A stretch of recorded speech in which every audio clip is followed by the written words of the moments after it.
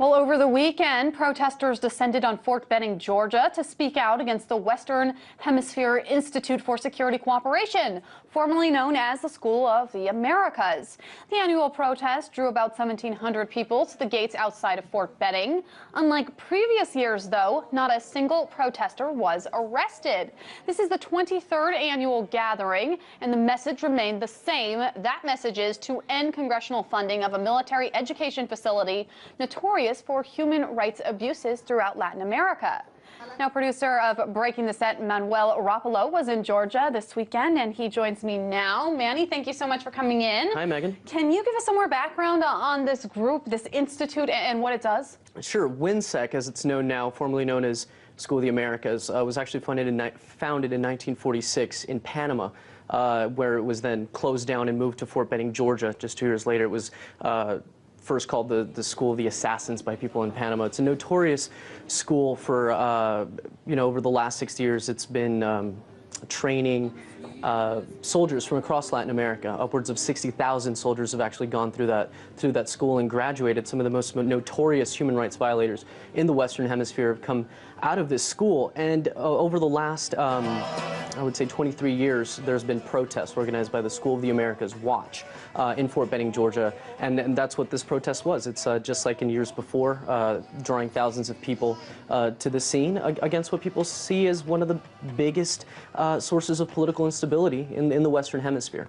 And Manny, go ahead and explain what this weekend's protests were like. What was the mood? How does it compare to those previous years? Sure. Like you mentioned earlier, there was upwards of 1,000 people there, no different than years prior. This is an event that does draw in a lot of people every year. This year was a 3-day event from Friday to Sunday. There were workshops, there were demonstrations, there were musical performances. In fact, I got a chance to speak to Rod Stars, who's a performer, hip-hop artist with the hip-hop group Rebel Diaz. I was hoping we could play a quick soundbite of that.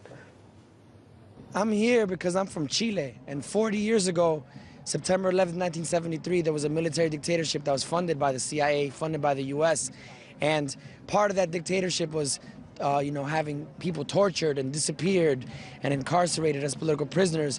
And the folks that did that torture were trained here at the School of the Americas, what we call the School of the Assassins. So I'm here to, say that after 40 years, of dictatorship and 40 years of resistance, we are here as survivors of that exile, of that Chilean, dictatorship, and we're here to, keep letting people know that we're going to continue fighting and that we're still here. Rod represents millions of people that have a very similar message. People in Chile, Argentina, Peru, Honduras, Bolivia, all across Latin America that have some sort of connection with the School of the Americas. And that was certainly the case at this protest. There were people from across the political spectrum, people from all walks of life, well over 1,000 people at the event. And so many had such a personal story to tell, and so many of them were such heartbreaking stories. So really, it was a very moving experience. It was actually kind of encouraging to see so many people of so many different backgrounds coming together, contrasting to what goes on the other side of those gates, which is the training of soldiers that go back to their home countries to commit these horrible atrocities. Now, Manny, as I mentioned a little bit earlier, this has been going on for over 60 years. This institute has been formed and renamed again and moved. But what keeps these people coming back, these protesters, if the name keeps changing, but the practices are essentially, from what you're saying, the same? Right. I mean, we mentioned that this has been open for, protests have been going on for 23 years, yet nothing's changed. The name of the school has changed, but the policies haven't. It's about visibility, Megan. It's about people coming out and saying, look, we are still unhappy about this. And it's an effective strategy. I mean, it's a grassroots effort that's been going on for 23 years, and it's really gaining visibility. And that visibility will eventually, the hopes are that it will turn to change. We know that there's a lot of pressure mounting from people within Congress now, because this is gaining the attention of lawmakers. So what's the hope of this is that people will eventually wake up to the idea that this is not good policy.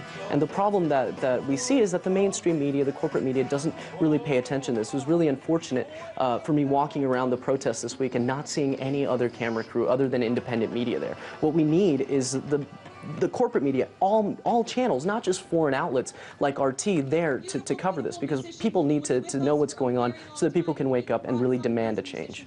Now, Manny, is there any, you brought it up a little bit earlier about Congress members that are taking notice of this. Is there anything in the legislature moving right now that kind of combats this group? Yeah, there's a bill in the House right now called H.R. 2989. It's the Latin American Military Training Review Act of 2013. And what essentially is going on with this act, there's several co-sponsors. There are about 40 co-sponsors, including John Conyers, Keith Ellison, that are essentially asking for a review of the School of the Americas against WINSEC, temporary closure of the school, and an investigation to look into the connections that this school has with human rights abuses throughout Latin America. And I think that, you know, for someone that's just learning about the School of the Americas today, that hasn't heard about these human rights violations that have been closely associated with the school, they should really look into this more and call Congress and say, look, we support this bill, we support an investigation, we don't want to be involved with human rights abuses abroad, especially if we're paying for them with U.S. taxpayer dollars. Well, can you explain how much influence this group, this WINSEC,